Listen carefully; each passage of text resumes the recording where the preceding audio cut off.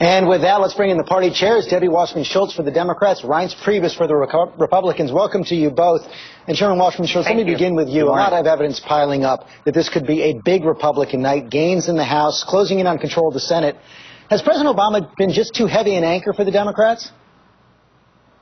You know, I'm very proud of this president, George, because he's taken us from the worst economic crisis that we've faced since the Great Depression through 55 straight months of job growth in the private sector. That is the longest sustained period of job growth in American history. Just the other day, on Thursday, we showed the second straight quarter of significant economic growth, 3.5% GDP growth. We have created more jobs in manufacturing than any time since the 1990s, and we're continuing to make progress. That message is not taking hold. We just saw this new poll coming out of one of the key states overnight, Iowa. Joni Ernst, the Republican candidate, 51 to 44% over Bruce Braley. That's a state President Obama won. Harry Reid, the Democratic leader in the Senate, says he will not be the Democratic leader if Joni Ernst wins. Do you agree? I think we're going to hold the Senate. And the reason that we're going to hold the Senate, George, is because we have a ground game that I know Reince would take ours over theirs any day of the week. I mean, we've got early vote numbers that are up in the most competitive states and the most competitive districts all across the country. We've focused on making sure that we bring our numbers up for voters who didn't cast ballots in 2010 but voted for the president in 2008 and 2012. And I'll tell you what's going on here in Florida. I've been here for the last several days. I've seen really the most enthusiasm and the best organized ground game I've ever seen in a midterm in Florida. That's why Rick Scott is going to go down to defeat on Tuesday, and we'll elect the first Democratic governor in the 21st century when Charlie Crist is elected. Priebus, you worry the Democrats are going to beat you on the ground?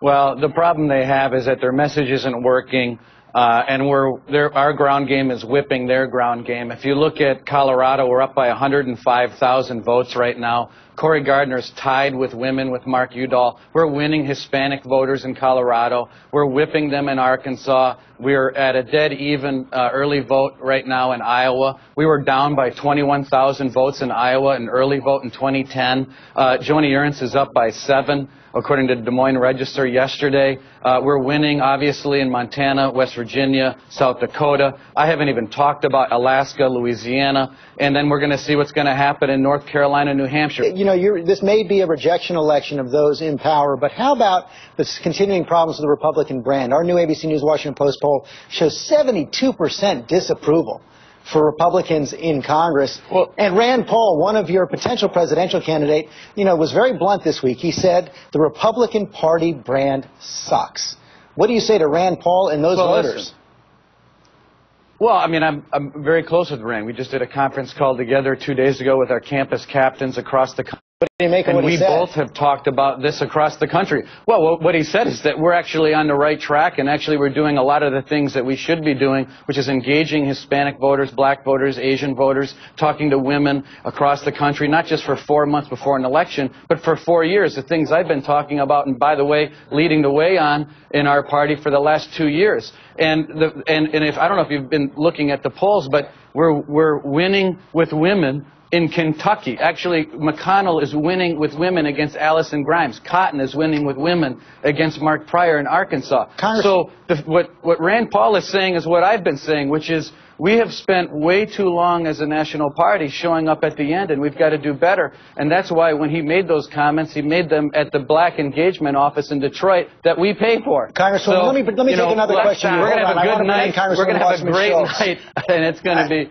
If the Republicans do have the great night that Reince Priebus is talking about, and as I said, there's a lot of evidence they will, won't that demand a course correction from President Obama? Well, look, George, going into Tuesday, I'll stack up our ground game against Reince's ground game. And like I said, he's been trying to throw as much money as he could to stand up a ground game. I know he'd take ours over theirs. We're doing much better in North Carolina and New Hampshire.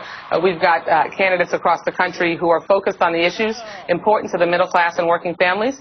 And the Republicans have doubled down on obstruction and extremism. I'd stack up our policies of increasing the minimum wage and making sure that we can fight for equal pay for equal work, which Republicans oppose. I'd stack up our surrogates.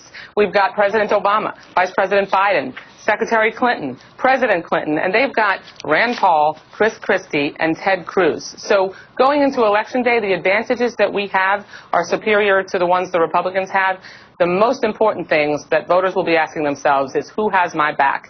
And they will consistently say Democrats have their back, and that's why in a midterm election like this one, where normally the president's party loses an average of 29 seats, these races are extremely close, and when we keep races close in midterms like this, Democrats win. Finally, Mr. Chairman, that's what's going to happen on Tuesday. If Republicans don't take the Senate on Tuesday, is it a failure? I think we have to take the Senate. Yeah, I would be very disappointed. But, you know, here's the thing. I don't know why Debbie keeps using this have your back line. I'm not going to go there again.